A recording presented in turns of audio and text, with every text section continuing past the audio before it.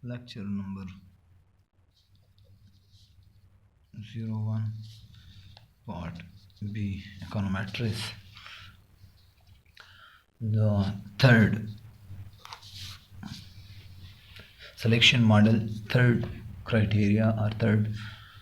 option कि क्या weekly हमारे पास वीकली exogenous regressor और इंडिपेंडेंट क्या हो।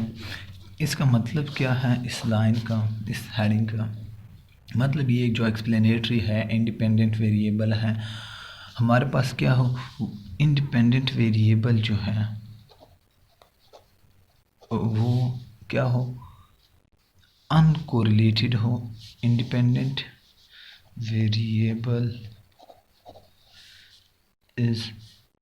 अनकोरिलेटेड विद किस चीज़ के साथ, एरर टर्म के साथ। Like y is equal to alpha not plus alpha 1x plus error. तो ये क्या है, ये दो इसमें कोई रिलेशनशिप ना हो, कोरिलेट ना करते हो। हाँ, और इसी तरह कुछ सिचुएशन में तो ये स्ट्रिक्टली क्या हो, स्ट्रिक्टली एक्सोजेनस हो। अगर वीक हैं तो वीक वाला भी इशू क्रिएट करता है। स्ट्रिक्टली एक्सोजेनस वेरिएबल हो, जिस स्ट्रिक्टली का अब मतलब क्या है कि इसका कोरिलेशन किस चीज़ के साथ, जो हमारे पास स्ट्रिक्टली एक्सोजेनस हो, क्या, इंडिपेंडेंट वेरिएबल इन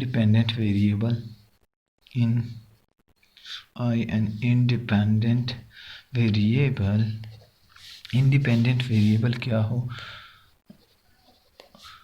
वो स्ट्रिक्टली एक्सोजेनस कब होंगे कि जब वो independent variable are not correlate with current, past and future error term, जो कि current, past and future error term के साथ कोई रिलेशनशिप ना हो, तो ये क्या, ये स्ट्रिक्टली एक्सोजेनस वेरिएबल होते हैं। ये हमें मॉडल में चाहिए होते हैं। कुछ इस तरह मॉडल होते हैं, वीक भी हो सकते हैं, लेकिन हमें ज़्यादातर यही चाहिए होते हैं। द फोर्थ वन कि क्या हो, जो हमारे पास एक्सहिबिट ऑफ किस चीज़ का, पैरामीटर और पैरामीटर इज कंसिस्टेंस। इसका क्या मतलब है कि जो पैरामीटर है वो क्या हो, हमारे पास जो पैरामीटर की वैल्यू आती है, हम कैलकुलेट करते हैं, वो क्या हो, स्टेबल हो।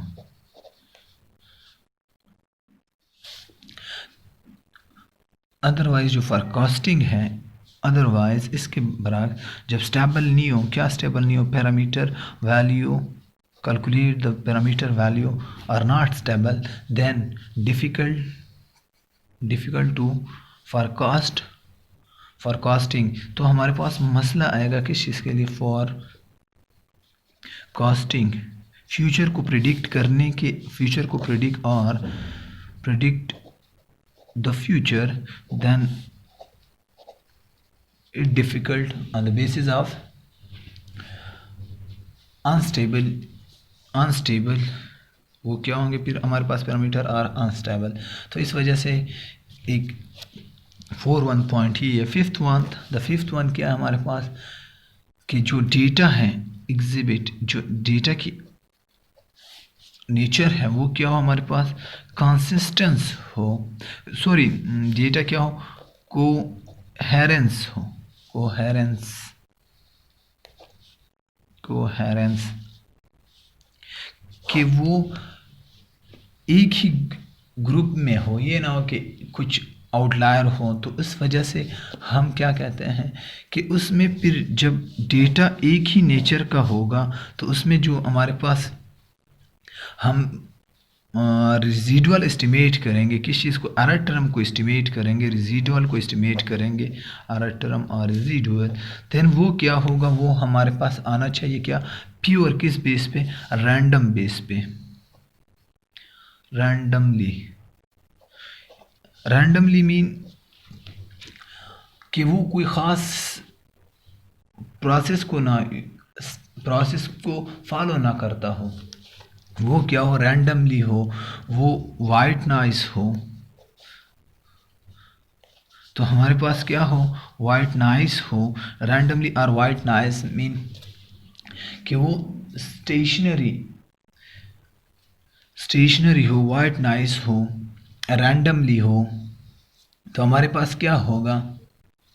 कि ये अगर मॉडल क्या हो, वाइट नॉइस, या जो हमारे पास सॉरी रैंडम रेजिडुअल या एरर टर्म रैंडमली ना हो, वो कोई ख़ास स्टेप को, कोई ख़ास फंक्शन को फॉलो करता है, देन क्या होगा, हमारे पास स्पेसिफिकेशन एरर आएगी, किस चीज़ की, specification error of model, error of model, तो मॉडल की स्पेसिफिकेशन एरर आएगी। इसी तरह हम किस चीज़ को ये एक्सप्लोर करेंगे इंशाल्लाह, जो specification error of model. After that जो 6 point, last point, last be encompassing. अब इसका क्या मतलब, जितने भी हमारे पास मॉडल होंगे जो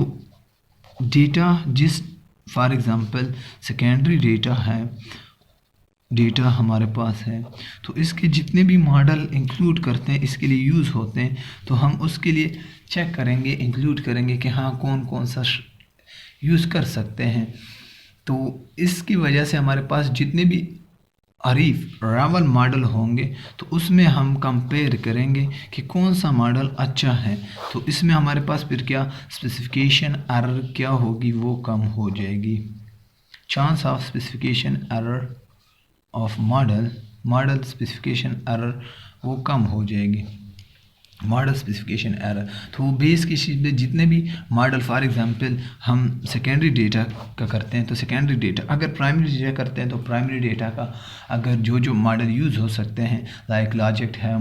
मल्टीनोमियल है, ऑर्डर लॉजिक है, और डेटा नेचर देखते हैं, तो उसी बेस पे और कोई हो, लाइक प्रोडक्ट मॉडल है, वो भी इसी तरह यूज़ हो सकता है। तो हम उस बेस पे फिर जो गुड मॉडल है उसको सेलेक्ट करते हैं, on the basis of practice, हम प्रैक्टिस करते हैं और हम कोशिश करते हैं कि जो वेरियस मॉडल है उसमें हम स्पेसिफिकेशन एरर ना करें। इसके बाद 13.2 type of specification error, specification error के types. Starting this model we accept good model, हम गुड मॉडल एक्सेप्ट करते हैं किस बेस पे, कुछ क्राइटेरिया होती है, उस criteria, the first line, assume that on the basis of criteria just list we arrive at a model that we accept as a good model. हम गुड मॉडल किसको कह सकते हैं, या किस बेस पे हम गुड मॉडल को सेलेक्ट करते हैं। उससे पहले हम दो आइडिया, एक होता है redundant variable. Starting this topic, उससे पहले थोड़ा बेसिक आइडिया हो हमारे पास। एक रिडंडेंट वेरिएबल होता है, एक ओमिटेड वेरिएबल होता है।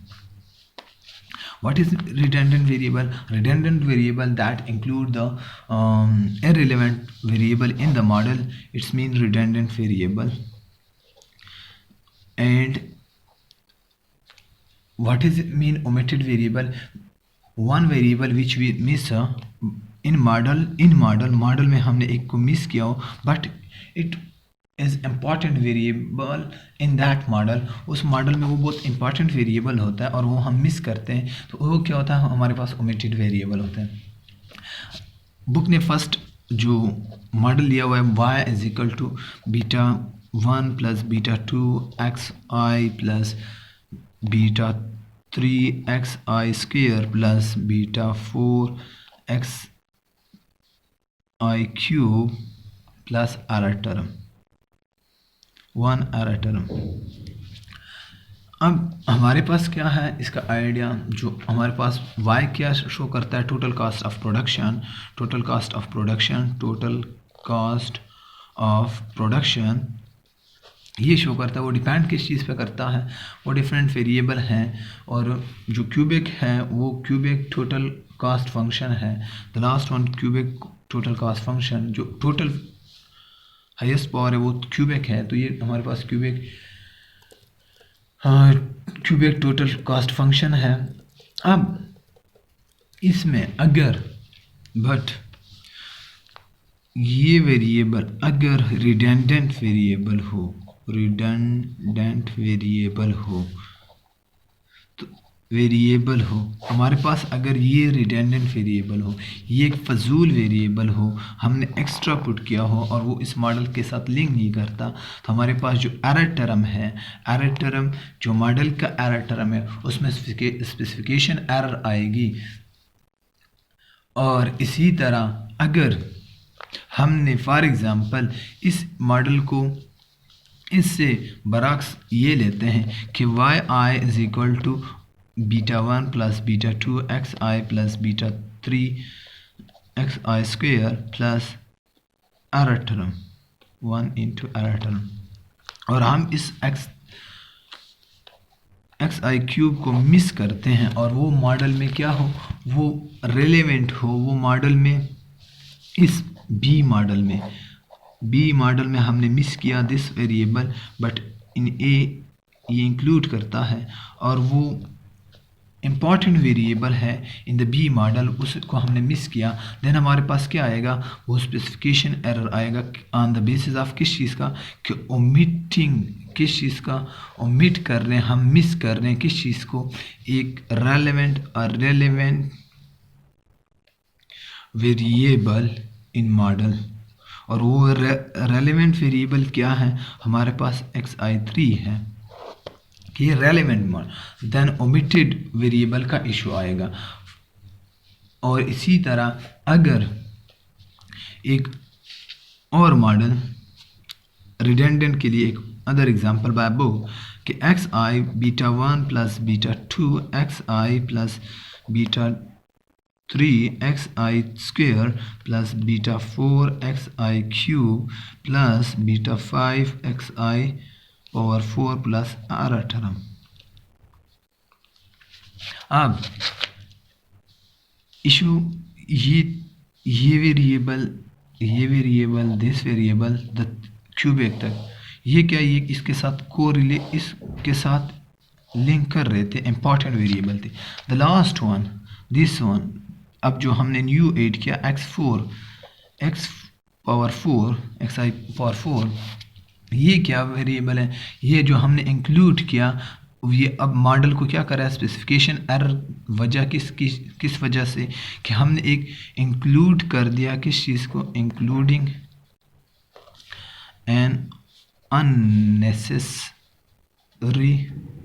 variable, unnecessary और irrelevant वेरिएबल, जिसके वजह से हमारे पास क्या स्पेसिफिकेशन एरर आएगी।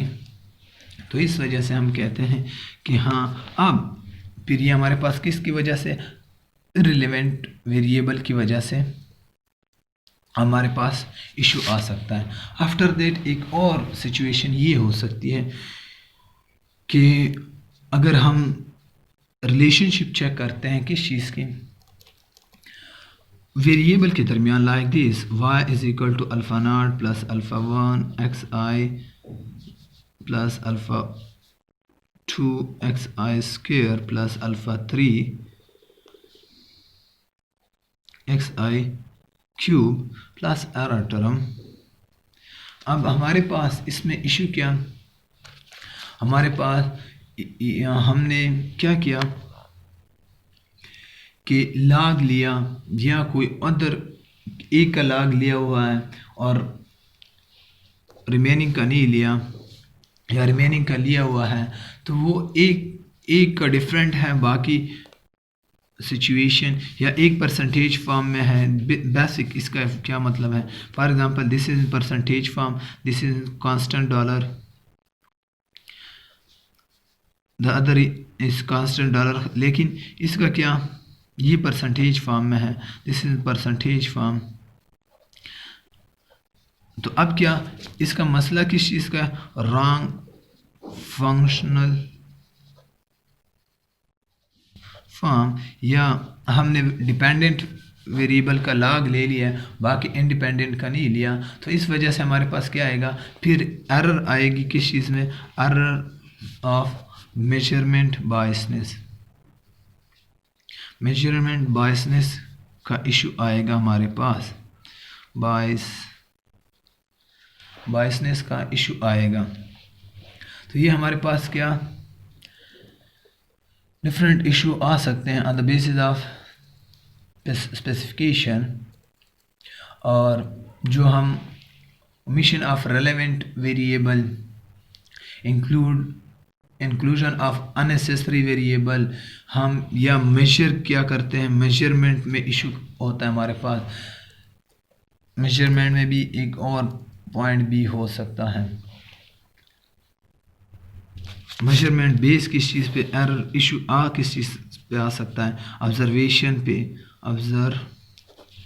ऑब्जर्वेशन क्या हम क्या करते हैं कि हमने या लेस बहुत कम ऑब्जर्वेशन लिए हैं, लाइक 15 ऑब्जर्वेशन लिए, इससे भी हमारे पास इशू आ सकता है, या कुछ इंपॉर्टेंट इंफॉर्मेशन है, important omitting the important observation, उसकी वजह से हमारे पास क्या आ सकता है इन द सेकेंडरी डेटा, तो हमारे पास क्या वो एरर आ सकता है, एरर ऑफ मेजरमेंट बायसनेस। इसी तरह इसके बाद फिर हमारे पास एक अदर इशू आ सकती है किस चीज़ की,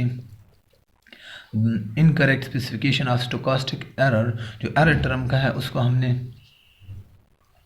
उसके साथ भी हमारे पास इशू आ सकता है। The last one, assumption that the error term is normal distributed. हाँ, हम assumption किस चीज़ के, नॉर्मल डिस्ट्रीब्यूशन के करते हैं। फॉर एग्जांपल हम किस चीज़ के लिए, लाइक दिस पॉइंट, ये पॉइंट किस चीज़ के लिए, लास्ट 2 पॉइंट इनकरेक्ट स्पेसिफिकेशन, ये 6 पॉइंट थे। इस द 5th वन क्या है कि जो एरर टर्म क्या होगा, error term the 5th one, तो 5th वन क्या, incorrect specification of stochastic error, वो हमारे पास किस तरह आ सकती है। फॉर एग्जांपल हमारे पास हमने जो वेरिएबल सेलेक्ट किए हैं वो किस चीज़ पे, उसमें for example specification error term का जब नॉर्मल डिस्ट्रीब्यूशन किस बेस पे नहीं हो सकता, या इशू आ सकता है। फॉर एग्जांपल हमारे पास प्राइमरी डेटा हो और हम यूज़ किस चीज़ पे, प्राइमरी डेटा हो, लाइक क्या हो, मेल फीमेल के लिए हमने कोई वेरिएबल चूज़ किया हुआ है, डमी है, और हम उसके लिए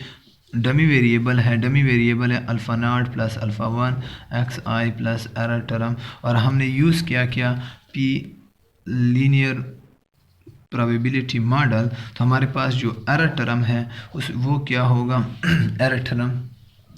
वो इनकरेक्ट स्पेसिफिकेशन होगी, क्योंकि वो नॉर्मल डिस्ट्रीब्यूटेड नहीं होगी, इसकी वजह से हमारे पास क्या होगा, एरर टर्म होगा। हाँ, अब अगर इसी के लिए हम क्या करते हैं, इसी मॉडल के लिए हम लॉजिक यूज़ करते हैं, लॉजिक मॉडल, देन हमारे पास वो इशू ख़त्म हो जाता है किस चीज़ का, स्पेसिफिकेशन एरर्स।